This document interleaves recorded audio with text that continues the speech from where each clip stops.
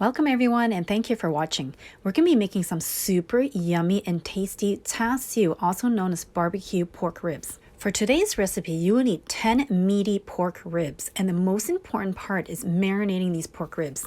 Add 1.5 tablespoons of brown sugar, 1 tablespoon of soy sauce, half a tablespoon of rice cooking wine, and 2 tablespoons of Char Siu sauce. I personally like to use the brand Lee Kum Kee Char Siu sauce. However, you can use any brand that you prefer.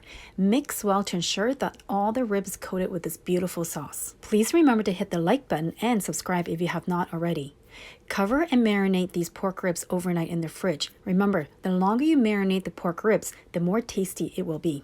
Remember to toss the ribs around before you place them meat side up into the basket of your air fryer. If you do not have an air fryer, you can bake these in the oven, just as yummy and tasty.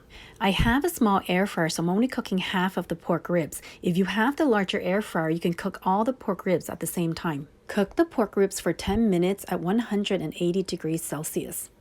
After the 10 minutes, remove the tray and then flip the pork ribs and cook for an additional 5 minutes.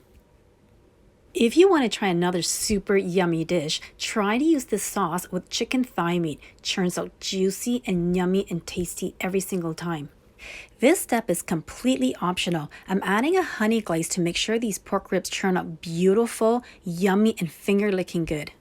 To be honest, a little bit of honey and water makes a huge difference with the outcome of these pork ribs. Stay tuned and check it out. Here we go. Look at that. Seriously, that honey glaze made a huge difference. Honestly, just looking at these is making me drool. Let's go and try these pork ribs. No joke, I can have these for lunch, dinner, or even as a snack. Super yummy and tasty.